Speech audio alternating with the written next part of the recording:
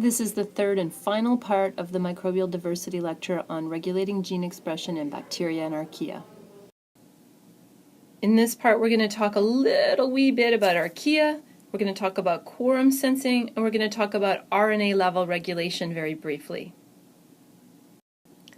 Let's talk a little bit about the archaea, only a little bit. So what we just finished discussing is how transcription can be controlled at the pre-transcriptional level, and we primarily looked at bacterial examples. Actually, I lie. We entirely looked at bacterial examples.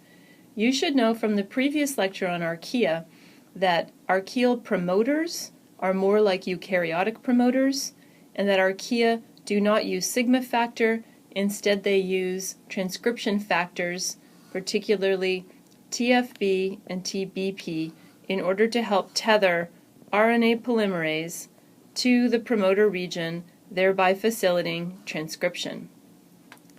So without going into the details of this particular figure, it's important to know that archaea do use repressor and activator proteins, and that those proteins interact with molecules known as effectors. Within those we have the inducers, and we have the co-repressors, just like in bacteria. And what these primarily do is they serve to block the transcription factors TFP and TBP from binding to the promoter region, or, so it should say block, or enhance that binding. So if they serve to block the binding, that will block transcription. If they serve to enhance the binding of those transcription factors to the promoter region, that will enhance transcription. And that's actually all I'm going to really say about the control of transcription in archaea for our class purposes. Now we're going to move on to talking a little bit about something called quorum sensing. So quorum sensing is a really fascinating phenomena seen in microbial cells. Quorum sensing refers to the presence of regulatory pathways that are controlled by the density of cells of the same kind, in other words, the identical species. The word quorum refers to the phrase or the concept of having sufficient numbers. So in human meetings, we talk about whether we have or don't have quorum. For any particular meeting of a committee, if you have a committee of 10 people, it might be required that you have a quorum of 7, meaning that you have 7 people present to vote on an issue in order to have a formal meeting. In bacteria, we have the same basic concept. Before you have certain functions occurring, such as the secretion of toxins to harm a host, or the exhibition of luminescence to help out a host organism, in order to have those functions, you may have microbes that will wait until they have enough of themselves in order to do the function well or properly. So they're counting to determine whether they have sufficient numbers, taking a vote before they proceed with a particular physiological activity.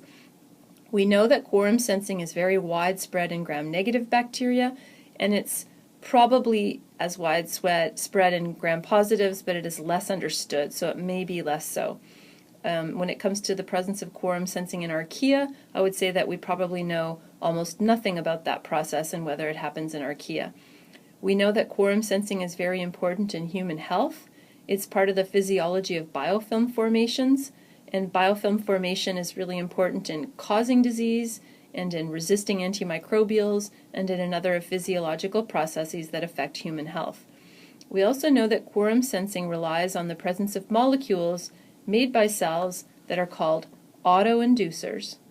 And those autoinducers are species-specific, and they are small molecules that are able to diffuse in and out of cells freely. That's a really essential property of all autoinducers. So the basic idea here is that we have two ways that cells can behave. They can behave as individuals, or they can behave as groups. And often that behavior differs quite wildly. So what we see is on the left of this particular figure, we have very low cell numbers, so these cells would be acting as individuals, and they are producing autoinducers. That's what these are here. This figure uses the term pheromones. Let's just switch that to the word autoinducer. I like this cartoon but I don't like the use of the word pheromone because technically speaking, bacteria don't make pheromones. That's something that multicellular organisms make. Those individuals are growing and replicating, and as they grow and replicate, we have more and more autoinducer. Okay, so the concentration of the autoinducer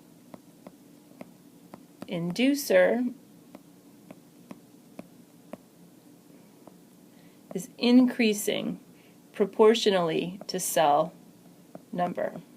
Okay, and what will happen is when there's enough of the autoinducer present, you will have these organisms specifically conducting different physiological functions. So now we're seeing group behavior.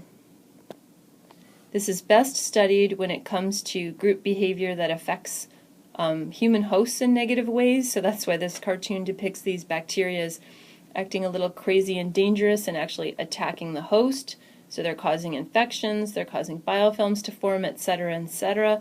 But there are also many examples in nature where that group behavior is not harmful to the host. It's in fact helpful or maybe has no discernible effect on the host, but it's useful for the microbes.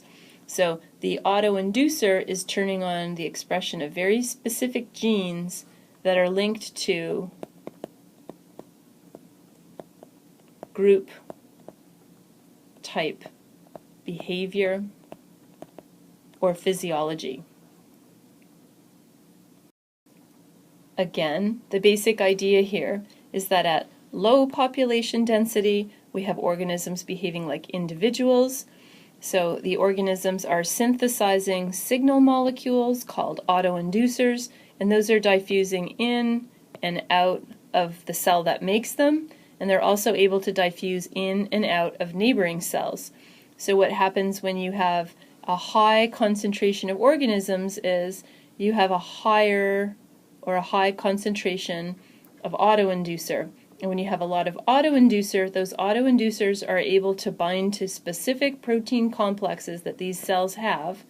And those specific protein complexes, which are basically activator proteins, are going to bind to promoters for genes that are important in group behavior, and they're going to turn on or up-regulate those genes, resulting in production of proteins that contributes to new or different group behavior properties. Many of the autoinducers that have been studied in nature fall into a group called the acetylated, should be a T there, homoserine lactones. This molecule down here is an ACL, okay? And the R groups are the part of the molecule that can vary between species. This is the lactone ring that is common to many of these autoinducers. There are probably others that exist in nature. It's just that this is an important and well-studied category that has been identified in many organisms. So there are a lot of behaviors in different microbes that have been associated with quorum sensing. The classic and perhaps best studied example, and this is particularly well studied in the lab group of Bonnie Bassler, one of the world's great microbiologists, and I've given you a link to a TED Talk on this topic within this video, and I'll also post it to Blackboard. But the classic example is luminescence that is produced by the microbe Vibrio fischeri, which is a symbiont of the organism known as the bobtail squid or the Hawaiian bobtail squid. And you'll learn more about that particular story by listening to Bonnie's talk, Bonnie's TED Talk, and following the link that I've asked you to do after you complete this video lecture. A lot of virulence genes, for example, genes involved in host invasion, toxin production, adherence to hosts, resistance to antimicrobials, and others have been identified as something controlled by quorum sensing in many Pseudomonas species and many Salmonella species, as well as many, many other pathogens. It's thought that perhaps E. coli may regulate its cell division to a certain extent using quorum sensing methodology.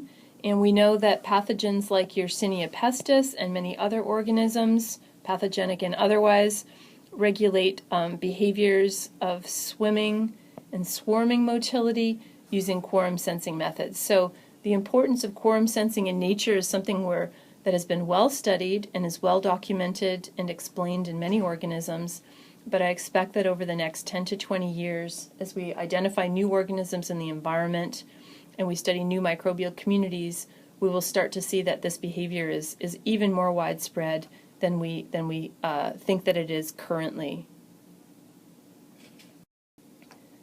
So this is the video link to Bonnie Bassler's talk on the topic of quorum sensing, and she gives the story of Vibrio fischeri and the bobtail squid, and I'm asking that you watch and take notes on that talk. I think you'll actually find it quite enjoyable. It's 18 or 19 minutes long, so it won't take that much time either. So we obviously can't cover all the different ways that bacteria and archaea regulate gene expression, but I do want to touch on one that is a hot area of research today, and that is RNA-based regulation. So in many bacteria, we now know that they are able to make small RNA molecules that are about 40 to 400 nucleotides long, and they do this to regulate protein levels. This regulation happens at the level of messenger RNA, so it serves basically as a regulation for translation. These small RNA molecules act by binding other RNA, or sometimes additional molecules in the cell, and most of them act as antisense RNA molecules, although there's also a phenomenon called riboswitches that I'm going to show you in a moment. Let's consider antisense RNA. So within the genome of this model organism that we're considering, there are two genes, gene A, shown here on the left, and gene B, or gene X, shown over here on the right.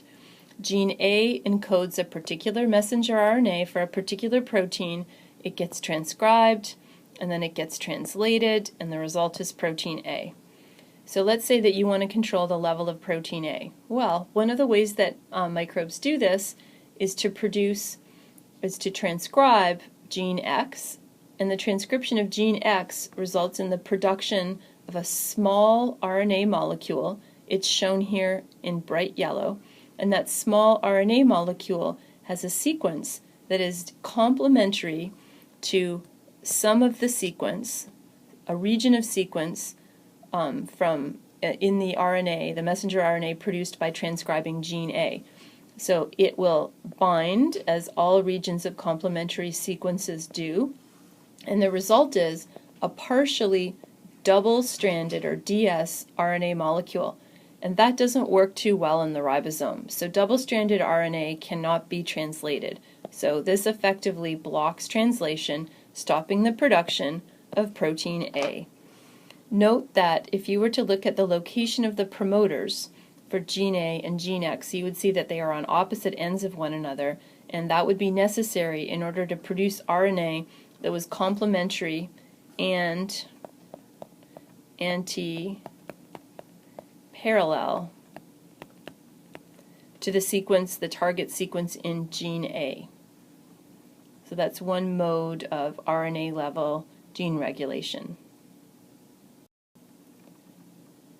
Another mode is the use of something called riboswitches. So what we often see in messenger RNA is that it will organize itself into a secondary structure called a hairpin loop. Okay, and that happens when you encode complementary sequences within one end of the messenger RNA molecule. To work, this has to be at the 5' end, and it has to be upstream of the site called the Shine-Dalgarno sequence. Remember that the purpose of the Shine-Dalgarno sequence is to bind to the 16S sequence in the small subunit of the ribosome, initiating translation. Okay, so let's say you have this secondary structure, this little riboswitch here, and it is chemically favorable or able to bind to some sort of signal metabolite, and that could be a variety of other small molecules in the cell. That signal metabolite, when it binds, will actually attach to See this little purple region? It's attaching to this same purple region that was in the previous secondary structure, and that will impose the formation of another. Now we have two loops, okay? Two secondary structures that are present, and they're present. They are present such that the second loop has now, or the second of two loops, is now actually incorporating the Shine-Dalgarno sequence. So it was up here in red, and now it's down here in red, and it's now part of this hairpin loop formation, and that makes it impossible for the Shine-Dalgarno sequence to bind to the 16S rRNA gene, or RNA. It's not a gene, it's the RNA level, found in the small subunit of the ribosome, making it impossible to initiate translation, effectively blocking translation. So we went from having one secondary structure to two due to the binding of a signal metabolite. And when you get that secondary structure, it interferes with the ability of the Shine-Dalgarno sequence to bind to the ribosome, thereby blocking translation. That's the basic idea of a riboswitch. So in conclusion, if you take a look at Chapter 8 of your textbook, which I encourage you to read in totality and not just cherry pick out the parts that I've covered here, you'll see that I've really only scratched the surface in talking about the regulation of gene expression in bacteria and archaea, and that there are a lot of other really interesting stories in this topic. So I would like you to try to focus on some of the general principles involved, but I would also like you to hopefully feel somewhat awed by the diversity of these mechanisms, and also be aware that we've really just scratched the surface in our overall understanding of how microbes regulate gene expression. As we learn more through genomic and metagenomic studies, and as we capture more organisms from the wild and study them in pure culture, using methods like what you've been using in your class project, we'll likely be adding to this already lengthy list. And I think that that's really cool, and I hope that you can find at least one topic in Chapter 8 that you find interesting and cool as a mode of regulation of genes, whether you're interested in the molecular details or the resulting physiological properties that are affected. And that concludes the third of this three-part lecture series. And Buford, just so you know, the lecture's really over. The lecture's really over now. But don't forget to go and watch, listen, and take notes on the Bonnie Bassler TED Talk on quorum sensing that's in this lecture and also posted as a link to Blackboard.